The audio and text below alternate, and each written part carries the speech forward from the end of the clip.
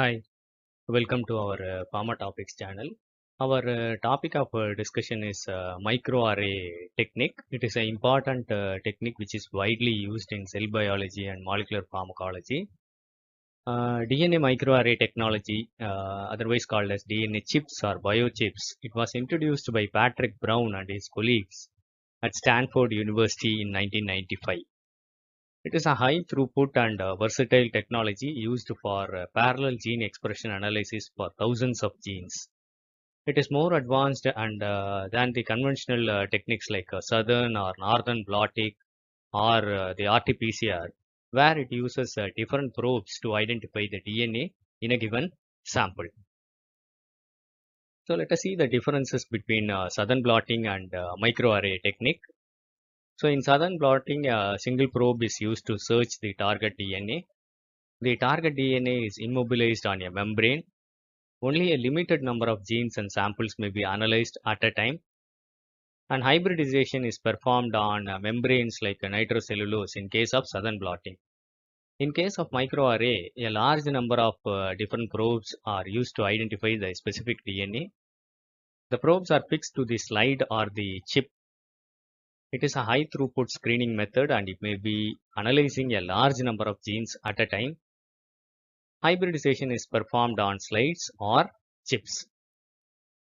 In Human Genome Project, the different species and different genes have been identified with the help of microarray technique. Let us take E. coli. The genome size is 4.5 million megabytes and the number of genes are 4,500.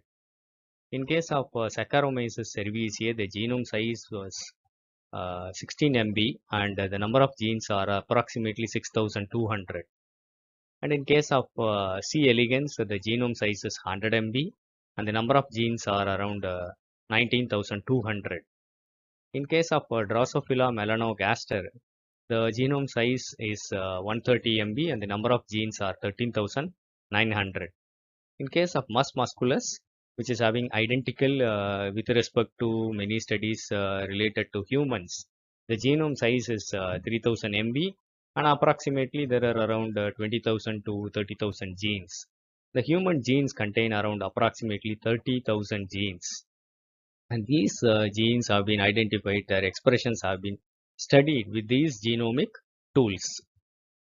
Let us see the steps involved in the microarray technique. So first the sample is prepared and it is labeled. The mRNA is taken. It is converted to cDNA by reverse transcriptase and it is labeled with a fluorescent dye. The next is hybridization. Addition of the target DNA over the slip, chip or the slide. Binding of the target DNA with the probe which is in the complementary fashion. The next is washing and removal of the unbound target DNA. And next is image acquisition and data analysis. Detection of the bound target DNA by adding appropriate substrates. Appearance of fluorescence or color or light may be the endpoint. So these are the steps in microarray technique.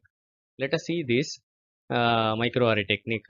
This the microRNA from two group of cells and they are converted to complementary DNA with the help of a reverse transcriptase and it is fluorescent labeled and it is hybridized on the micro array plates and the fluorescence is detected based on the probes. The fluorescence is detected. So let us take this case. It's a normal cell and a cancerous cells and two type of RNAs and cDNA is complementary DNA is with the help of reverse transcriptase complementary DNA is produced and the normal RNA, the cDNA is labeled with green fluorescence and the cancerous cell DNA is labeled with red fluorescence and it is hybridized on the microarray plate and you get the fluorescence like this. So the genes related to cancer or the genes related to normal cells and genes which are common in both the cells and genes which express equally in the both the cells, you get a picture like this in the detection point. This technique is called microarray technique. Let us take another example. This is a microarray plate with DNA probes. So it appears like this. It will have different probes, and the test sample is labeled with a fluorescence dye, and the complementary base pairing happens, and fluorescence is detected. So this technique is a simpler form of microarray technique. So let us see this. So this is a microarray chip, and the spots containing a single DNA molecule are the probes. This is the part of the probe, that is the DNA strands. The DNA or cDNA hybridization of the test sample is taken. It is poured into the microarray plate, and the base pairing happens.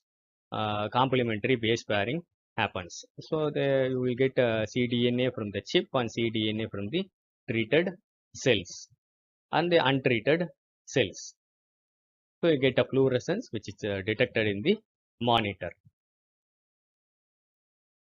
So you can get two type of results, because the cells are hybridized, and the genes related to cancer, genes related to normal function, and the genes equal in both these cells that could be identified. So it is very useful for tumor profiling. So this is a cancerous cell, it's cDNA. This is a normal cell, it's DNA, it's complementary DNA. Both are hybridized in a microarray DNA plate having the probes. So hybridization happens, and you can detect the fluorescence.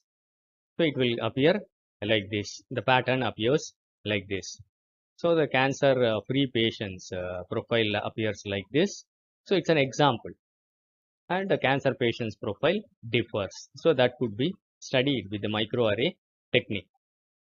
So the normal cells, the cancerous cells, so which cells are common? The red indicates the genes related to cancer, and green indicates the genes related to normal function, and black indicates the genes related, which are expressed in both the type of cells. So this is a very useful technique in tumor profiling. So let us see the applications of microarray technology. So the different type of flowers or different types of grapes are all related to the cDNA or the complementary DNA or the expression of the mRNA, a normal cell and a sickle cell RBC. So it is useful for cell specific gene expression. It is used to detect the gene regulation. It is useful in elucidation of metabolic pathways. It is useful in tumor profiling. You can identify the genetic variations like insertion, deletion, microbial strain identification.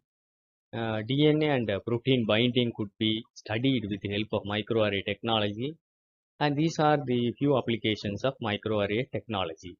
So it's a very short video related to microarray technology. If you like this video, kindly press the like button. I hope it will be useful for you. Thank you for listening. Happy learning. Kindly share this to more of your friends. Kindly subscribe to our Pharma Topics channel for further updates. Thank you.